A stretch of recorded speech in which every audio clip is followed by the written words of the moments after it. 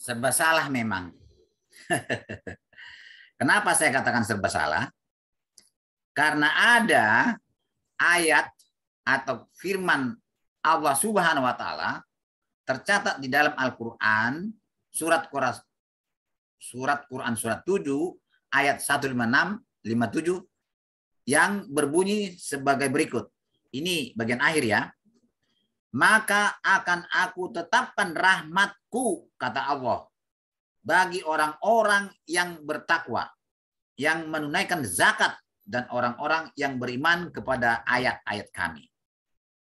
Yaitu orang-orang yang mengikuti Rasul, Nabi yang ummi, tidak bisa baca tulis, yang namanya mereka dapati tertulis di dalam Taurat dan Injil yang ada pada mereka.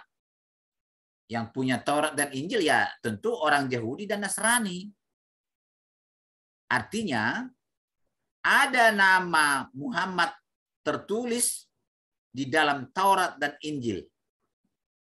Nama Muhammad yang menyuruh orang-orang Yahudi atau Nasrani berbuat yang makruh dan mencegah dari yang mungkar. Dan yang menghalalkan segala yang baik bagi mereka dan mengharamkan segala yang buruk bagi orang Yahudi dan Nasrani, dan membebaskan beban-beban dan belenggu-belenggu yang ada pada mereka. Kemudian ditambah lagi dengan Quran surat Al-An'am ayat 20. Mari kita lihat.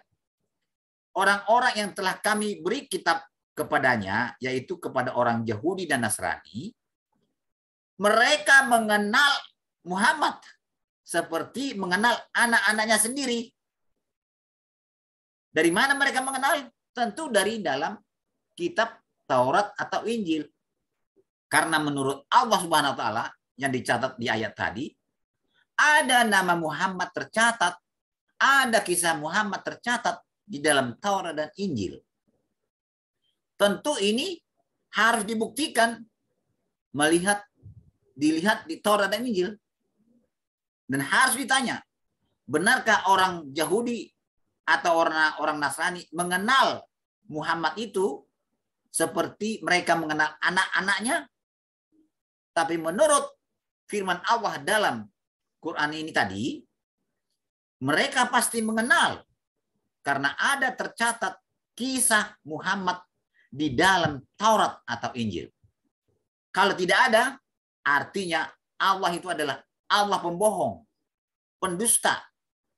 Itulah sebabnya ada 3 ustadz besar, yaitu Ustadz Kainama, Ustadz Donditan, dan Ustadz Aresto berusaha mencari nama Muhammad dan kisah Muhammad di dalam kitab Taurat atau Injil, supaya firman Allah yang tercatat di kitab Al-Quran ini terbukti benar.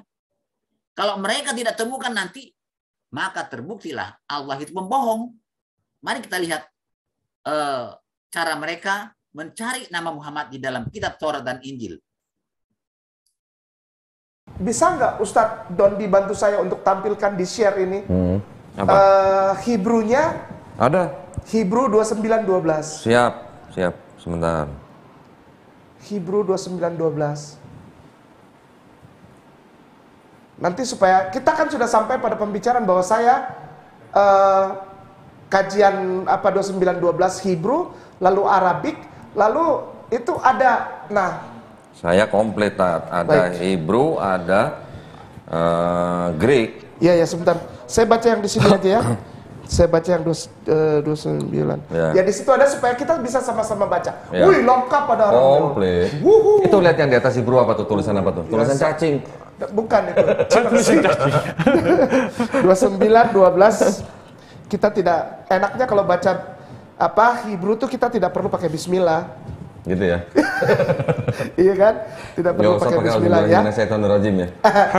Fenitan. Ya, ada hasfer, al, asher, lo, yada. Tangan, yad, ya. Nah, itu kita pelan-pelan lagi tuh ya. Lalu ada di sebelahnya sefer. Sefer. Leamor, kera. na, zeh, itu ada zeh. Fe amar, lo, yadaiti, sefer. Yadaiti, sefer. Jadi, sebentar. Saya bisa minta tolong itu apa? Ininya apa? Kursor tanda panah itu. Sebentar. Ini 12 ya. Nah, ini sefer ini. Ini sefer ini. Ya. Yang mana? Oh iya. Ini sefer. Bacanya dari kanan ke kiri ya. Iya. Ini bisa dihilangin dulu nggak nih? Bentar. Ini. Yang mana? Ya, kotak ini nih. Nah, ini kan ini. Nah, ini ya. Ini 29 Veniten. Nah, Veniten kata sefer. Nah, ada kata-kata yang di sini saya tandain beberapa. Coba geser ke atas lagi, Ustaz. Geser ke atas ada beberapa. Yang pertama adalah Asyerlo. Lah, ini dia nih, 3 huruf ini. Iya. Ya, bacanya kera. Iya. Kera. Tapi karena nikutnya itu titik 2 di bawah, itu si Sueb juga belajar nikut itu. Sueb. Sueb belajar nikut dia. Itu ya? Ya, jadi ini dibacanya itu seperti loncat dia. Jadi karena titik 2 di bawah itu nikut sebagai ketemu sama rush yang patah. Ini patah. Ini nikut patah ya. Dia jadi bacanya seperti loncat. Jadi kera. Kera. Nah, kata-kata ini ternyata kalau dihilangkan sangat kelihatan sekali karena ini artinya baca. Boleh, Ustadz boleh kasih lihat ke penonton ininya ditutup sebentar lalu kasih lihat saya bacanya di mana, Ustadz. Nah ini saya baca. Kemana? Sini. Nah, ya. Ini yang saya baca tadi. Ya. Ini yang saya baca tadi itu sefer. Itu ada sefer di situ. Nah, jadi kata ini sebentar. Ini saya tunjuk ya. Mana dia sefer? Nah, kira. Ini. Nah, ini. Kira. Ini artinya baca. Kalau ini dihilangkan, berarti ketahuan sekali. Nah, Ustadz Dondi tolong tampilkan juga yang tadi saya udah bilang Arabnya sudah, Hebrew-nya sudah. Ustadz Dondi punya nggak Septuagintnya? Ini tadi. Mana? Nah, itu coba. tadi sekaligus. Oh, ada. Ada. Septuagintnya. Itu lihat, ada Hebrew-nya. Ya. Ada Greek-nya. Saya bacain ya. Kai, nama saya nih. Kai. Dote setai, ya kan? Yeah. Dote setai to biblion, to eis, keiras ini nih. Ini jadi masalah ini. Keiras. Karena keiras ini artinya sebetulnya upon his hand, kan nggak nyambung. Sedangkan ini kata keiras ini diambil dari kata kira. Dia nggak mau ikutin, dia nggak mau buang itu. Dia harus ada seperti apa ya? Oh, ada miripnya. Jadi dia ambil itu kira, tapi kalau dia masukkan kira, maka kiro akan berarti lain. Sehingga itulah yang saya sangat sayangkan. Kenapa dia masukkan keiras di situ? Keiras itu apa?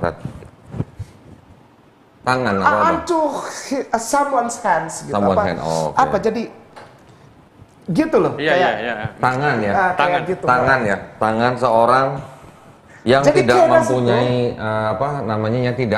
yang unlearned ya. Iya. Jadi sebetulnya kairos di situ tidak nyambung. Karena apa? Karena kairos ada pemaksaan untuk memasukkan kata kira itu ke dalam Septuagint. Jadi kalau kata kiro yang dari Ibrani itu kalau di-convert ke bahasa Greeknya harusnya apa? Kiro. Tulisannya? Ki, X itu, ki, dan ro. Kiro itu adalah tanda salib. Kristus artinya Mesias. Penebus. Artinya Messiah. The anointed one. Seseorang yang diurapi. Ini akan lebih parah kalau dia masukkan kiro di situ. Oh, begitu. Berarti Kristusnya itu bukan Yesus. makin jauh dari Yesus. Makin Karena berantakan gini, itu ya. orang yang tidak dapat membaca itulah yang kiro. Iya, iya. Wah, ini bahaya, maka itu disebut ada kairas. Padahal tidak pernah ada itu enigma di situ. Kiro aja sebetulnya. Jadi Ustadz Kainama curiga, Ustadz Kainama curiga bahwa kata itu bermasalah. Kairas bermasalah buat saya karena di dalam bahasa Arabnya pun kiro, ikro. Terus kata hiro-nya di mana di ayat ini? Kata kiro itu jadi gini, coba ulang, agak geser ke nah geser nih, saya bacain lagi. Kai dari kai, Ustadz maaf, ini geser lagi. Nah, kai dote setaito biblion touto eis kairas. Jadi biblion itu kitab, gulungan kitab. Yeah. Tunggu. Scriptures. Yeah. Yeah. Nah, scriptures ini diberikan into kiro. Kan ini jadi saya makin stres. Yeah. Kenapa? Karena gulungan kitab ini, biblion ini diserahkannya di kiro. Kok di kiro? Kiro itu nama guanya, nabinya orang Islam. Nggak boleh. Saya dulu nggak ada. Nggak boleh ini. Ini kacau. Kenapa? Oke. Jadi gitu. sampai di sini Ustadz Kainama berpendapat bahwa kata kairas itu bermasalah ya. Kairas bermasalah. Oke. Karena kalau baca, kira-kira bisa buktikan nggak bermasalahnya di mana Ustadz Kainama? di enigma. Enigma. Iya. Oke. Karena tunggu, agak geser dikit saja, geser ke sini sedikit, geser. Yang mana? Geser. Ya. Udah, di sini udah. Karena membaca itu bahasa Yunani-nya adalah gramata. Berarti tidak pas kata. Nggak cocok. Ini kiro ini apa? Nah, ini yang menarik ini. Karena ini kolaborasi yang sangat menarik. Coba, apakah tadi bisa diperhatikan sikapnya Don Ditan dengan si Ariosto tadi? Don Ditan pun bingung, tidak mengerti sama sekali. Yang dibahas hanya kiro. Jadi Ustadz Kainama itu berusaha supaya cocok kiro itu untuk menunjuk gua hero. Nah, tidak langsung diterjemahkan. Kainama tidak bisa menerjemahkan langsung seluruh satu ayat itu. Kalau kiro di tempat begini terjemahannya, begini artinya, tidak ada. Kalau tidak ada kiro, begini terjemahannya, tidak ada. Hanya dia bilang bermasalah. Ya diterjemahkan supaya jelas.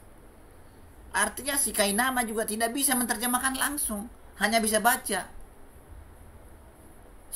Si Tan juga itu jadi bengong, tidak mengerti, hanya iya, melongok saja, iya kan saja, percaya saja kepada Kainama, seperti Kainama itu yang paling hebat. Kainama ternyata tidak bisa menerjemahkan, tidak bisa, hanya satu kata aja dihafal-hafal sama dia, kiro itu yang kelihatan. Ada perbedaan signifikan antara teks Masoret dengan Septuaginta. Ya. Kalau kita lihat di Yesaya 29 ayat 11 dan 12 menurut Septuaginta ya, perhatikan tanda yang saya kasih warna kuning ya. Di situ kan ada kata heras anthropos ya. Antropon. Ya. Antropon. Manusia kan itu kan? Iya. Artinya kan? Manusia. Kairas. Ya, kalau terjemahnya dalam bahasa Inggris kira-kira begini. And this book shall be given into the hands of a man that is unlearned. Ya. Dan sebuah kitab yang diberikan ke tangan seorang laki-laki yang tidak punya pendidikan. Itu kan arti itu kairas. Itu yang tadi saya baca, Pak. Hebat banget. Antum juga pelayan juga. Itu kan terjemahan bahasa Inggris. Into the hands. Itu yang dari itu tuh. Ini. Iya. Eis kairas. Ya. Toto eis kairas antropo. Nah, sekarang kita lihat nih di konteks yang lain yang ya. Itu ada yang saya kasih tanda merah dengan tanda tanya. Oke. Sekarang kita lihat terjemahannya. terjemahan daripada King James Version tahun 1769 yang ayat 12 perhatikan, and the book is delivered to him, tanda tanya ya. Iya, iya. Jauh. Udah ketawa Ustaz. Jauh kan. Oke. That is not learned, saying read this, I pray thee, and he said I am not learned. Oke. Seras itu kan di sini artinya ada tangan. Tangan. Iya. Anthropos ini kan artinya adalah Man. laki-laki, Iya. ya kan? Oke. Oke ya. Ini Manusia kalau- sih sebetulnya, antropo itu manusia, itu laki-laki. Sekarang Ustadz K, tolong jangan kaget ya. Saya akan Ya. memperlihatkan ini nih. Nah, ini adalah kodeks. Kodeks apa Tan? Kodeks Sinaiticus. Ya. Ini dapat dari mana antum, Bos? Loh, ada websitenya Kodeks Sinaiticus. Nggak boleh dilihat ini. Masa? Nggak boleh, Bos. Wah, nggak boleh. Wah, Jangan masa? gitu, Bos. Jangan gitu. Iya. Terus. Nah, Ya. perhatikan Ya. satu kata yang saya berikan tanda kotak di sebelah kiri bagian tengah. Ya. Itu saya perlihatkan ke kanan, ya, agak kanan, Ya. agak atas. Wah. Di situ ada tulisan Keras. keras. Perhatikan kerasnya. Ah. Terus kita lihat ke bawah lagi. Kita lihat epsilonnya kecil besar atau besarnya sama atau enggak kan? Epsilonnya kecil. Nah, kok kecil? Besar. Sebentar ya. Itu tuh yang seperti huruf E itu. Iya, Di ini. sebelahnya seperti huruf X tuh. Iya. Ah. Iya. Ah. Itu besar atau kecil? Besar. Oh, sama X-nya besar mana? Kecil lah dia, nyelip. Kecil, nyelip. Kecil nyelip. Iya kan? Iya. Kecil. Kenapa dia lebih kecil tulisannya? Maaf ya, sebetulnya nggak ada itu dia. Yang ada cuma ki dan ro. Nah. Oh, begitu. Nah, itu Yang dia. ada itu ini, ki dan ro. Ki dan ro. Ini ditambah, ditempel. Karena kalau kita lihat jaraknya ini, jarak ini sebetulnya Ustadz nggak boleh kasih lihat ini, Ustadz. Jangan gitulah. Nggak boleh ya? Kasihan, Ustadz. jangan gitulah. Nggak Ini boleh ya, ini kan jarak nih ya, jarak tulisan yang ini. Iya. Ustadz, Aries lihat ini Iya. jarak ya. Betul. Kalau kita lihat ini kan nggak masuk akal. Yang ini nih. Artinya ini ada. Ada yang diselipkan di situ Iya. karena jaraknya nggak benar. Oke. Jadi yang aslinya itu cuma ki dan ro. Jadi jelas kan? Kita lihat Dondikan dan Aristo tidak bisa baca itu. Hanya lihat bentuk huruf-hurufnya saja. Kalau baca dia tidak bisa. Kainama memang bisa baca, tapi tidak bisa mengartikan, tidak bisa menerjemahkan. Hanya baca bisa dia.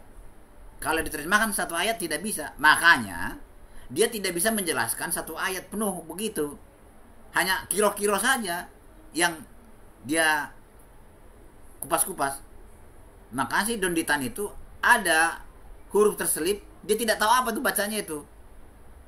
Si Kainama bilang, oh ini huruf itu bunyinya. Sama dengan Aris itu juga tidak bisa baca. Jadi ketahuan di sini cara menyelidiki, ya apa namanya ya, orang yang tidak ahli menyelidiki yang tidak dia pahami. Jadi si Kainama dihandalkan mereka, diunggulkan mereka supaya bisa menjelaskan. Ternyata tidak bisa jelas, hanya kiro-kiro saja dibolak-balik dibahas-bahas sama mereka. Nah, itu yang seperti huruf E adalah epsilon. Iya. Di paling ujung Epsilon sebelah kanan. kok enigma tadi gua ngomong salah. Ya. Di Epsilon. ujung paling sebelah kanan itu adalah sigma. Iya. Betul ya? Kenapa kecil epsilonnya? Kenapa sigmanya kecil? Kecil, ya. Ya, para pemirsa bisa bandingkan ya. Huruf, kalau zaman dulu ada nggak huruf besar kecil? Nggak ada. Unsial, Sebetulnya nggak. Hebrew, Arab, Yunani Koine nggak punya huruf besar, huruf kecil Nah, nggak iya. ada. Nah, terus ini kenapa bisa ada huruf besar, ada huruf kecil?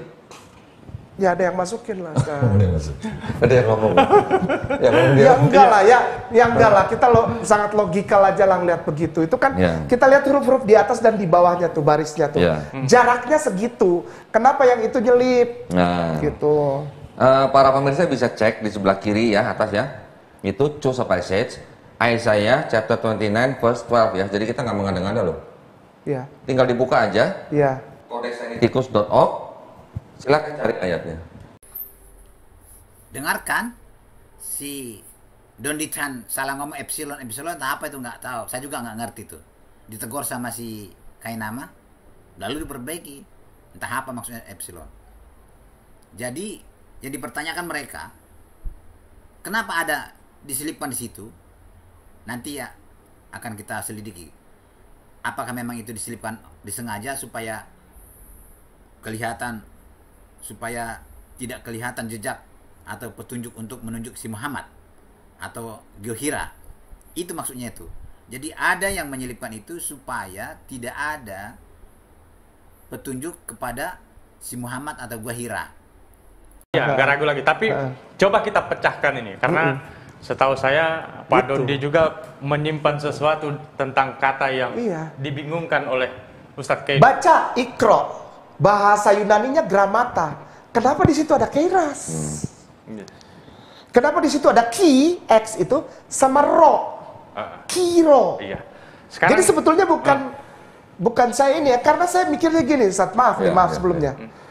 Kalau ki dan ro itu ditulis saja, maka jadinya hiro. Hiro. Tidak ada bahasa Yunani hiro. Begitu. Tidak ada. Jadi itu biblion. Kai tauton biblion hiro. Jadi gulungan kitab, merinding kok saya. Gulungan kitab di hiro. Nggak pas. Ya sangat tidak pas, nggak boleh dong. Ini kan kitabnya orang Kristen. Ya nggak boleh dong. Nggak boleh ada. Nggak boleh. Saya orang Kristen, ini kitab Kristen dong. Iya. Hebat kan? Cara Kainama itu, pemikirannya. Berarti kitab itu, kitab Yunani itu, apa Hebrew itu, penulisnya itu sudah dibisikin oleh setan supaya jangan ada di situ kiro atau kira itu. Kata Kainama, ini Bibelnya Kristen loh. Saat kitab itu ditulis orang Kristen belum ada. Bagaimana ini si Kainama ini? Kainama, sudah ada Kristen di situ? Belum ada. Muhammad sangat jauh, tidak tahu orang Muhammad, tidak tahu penulisnya itu. Apa memang sudah dibisikin setan kepada si penulis itu? Ganti ini, robah ini. Karena Muhammad itu nanti datang untuk mengajarkan ajaran yang tidak sama. Itu orang Arab itu. Kenapa bisa timbul kebencian kepada Muhammad? Sedangkan Muhammad belum ada, belum lahir. Si penulis itu. Dari mana dia tahu itu akan Muhammad akan menerima kitab di Gua Hiro, sehingga dia robah supaya jangan ada Muhammad dan Gua Hiro. Muhammad aja tahun 600-an. Ini tahun berapa? Sudah ribuan tahun itu jaraknya itu sama penulisnya itu. Pakai otak dong. Pakai otak. Orang Kristen belum ada saat itu, tidak ada Kristen di situ. Langsung kamu, nanti orang Kristen nggak boleh, ini kitab Kristen. Tidak. Belum ada Kristen saat penulisan kitab itu. Goblok kamu ini apa? Aduh, saya ini geram lihat kamu itu, Kainama. Kamu bisa bodoh-bodohin yang dua itu. Belum ada Kristen saat penulisan kitab itu. Sesuai dengan naskah aslinya, itu tidak lain dan tidak bukan tertuju kepada Muhammad bin Abdullah. Ya taruhlah itu, kiro lah ya. Aslinya kiro, gua kira lah itu, benar-benar. Taruhlah itu. Tapi apakah Muhammad menerima gulungan kitab di Gua Hira? Coba, si Kainama bilang gulungan kitab diterima di Gua Hira. Bagaimana cara orang ini? Dicocok-cocokin aja. Apa pernah Muhammad terima gulungan kitab? Hanya mendengar suara aja kok si Muhammad. Yang dibaca pun saya tidak tahu apa yang dibacakan. Ada kertasnya enggak? Sudah ada kitab di situ. Jadi malaikat Jibril bawa kitab dari gulungan kitab dari langit sana. Gimana sih cara orang ini berpikir ini? Sudahlah, tidak ada itu. Gua Hiro di sana, tidak ada Muhammad di situ. Allahmu itu salah itu. Allah Subhanahu itu salah ngomong itu.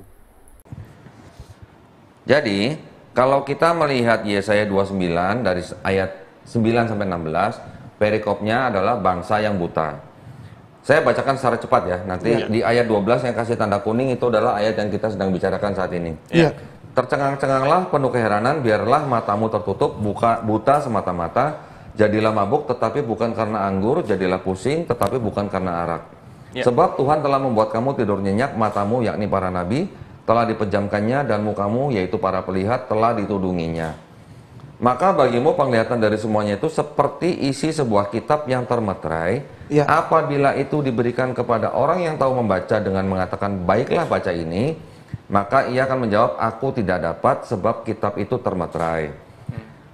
Perhatikan ayat 12. Dan apabila kitab itu diberikan kepada seorang yang tidak dapat membaca dengan mengatakan, baiklah baca ini, maka ia akan menjawab, aku tidak dapat membaca.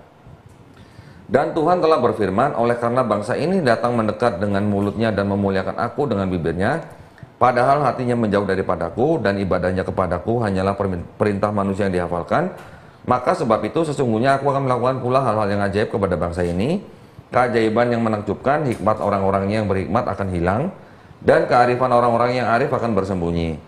Celakalah orang yang menyembunyikan dalam-dalam rancangannya terhadap Tuhan, yang pekerjaan-pekerjaannya terjadi dalam gelap sambil berkata, siapakah yang melihat kita dan siapakah yang mengenal kita?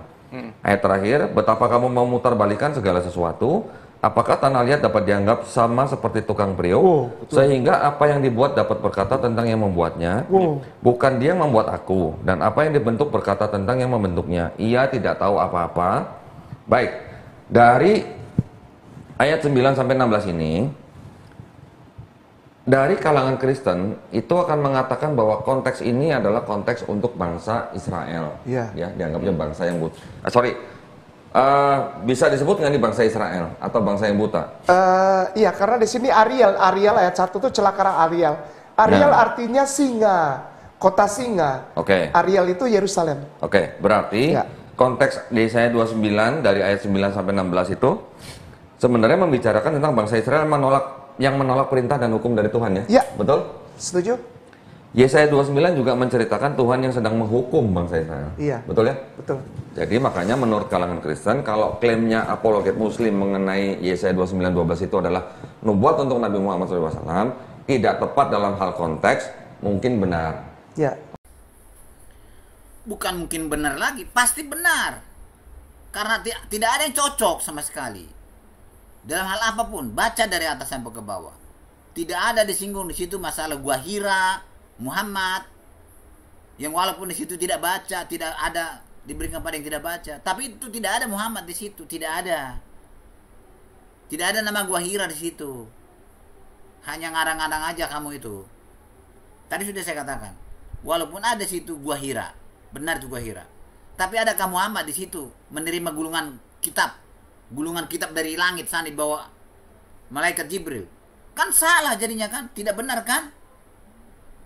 Makanya menurut kalangan Kristen, kalau klaimnya apologet Muslim mengenai Yesaya 29:12 itu adalah nubuat untuk Nabi Muhammad SAW, tidak tepat dalam hal konteks, mungkin benar.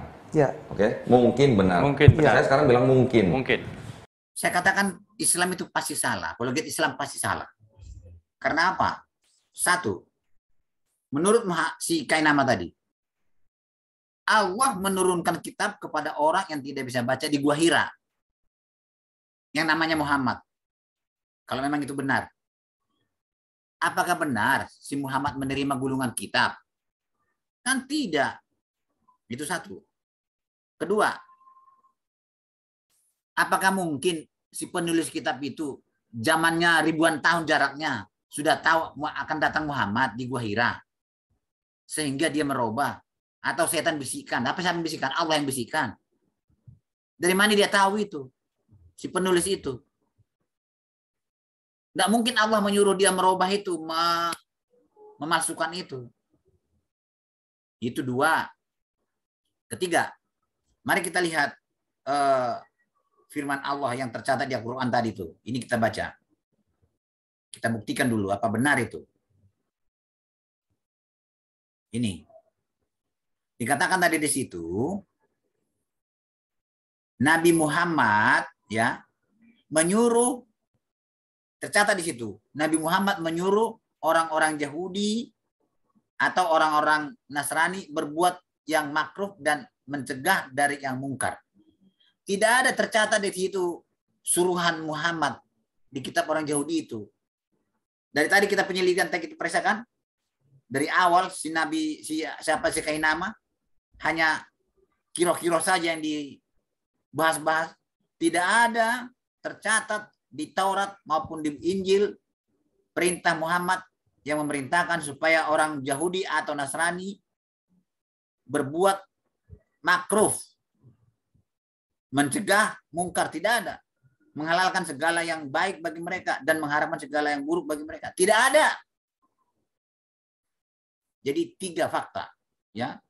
Tiga fakta. Fakta keempat. Ditanyain pun kepada orang Kristen atau orang Yahudi dimanapun berada, tidak mengenal Muhammad sama sekali. Tidak mengenal. Jadi yang salah di situ Allah. Jangan sibuk-sibuklah bongkar sana bongkar sini kitab orang Yahudi dan kitab orang Kristen itu. Jangan sibuk-sibuk. Karena memang tidak ada. Taruh ada nama Muhammad di situ. Tapi tidak ada perintah Muhammad tercatat di Taurat yang mengatakan, yang memerintahkan, menyuruh kepada orang Yahudi dan Nasrani supaya mereka berbuat makruh dan mencegah mungkar. Tidak ada. Jadi jangan asal ngarang lah, jangan asal ngarang, ya. Jadi yang salah di sini Allah membuat kamu bingung, ya. Padahal Al-Quran ini penjelasan yang sempurna. Tidak jelas kan? Tidak jelas. Apa itu? Coba lihat di sini. Di Ibrahim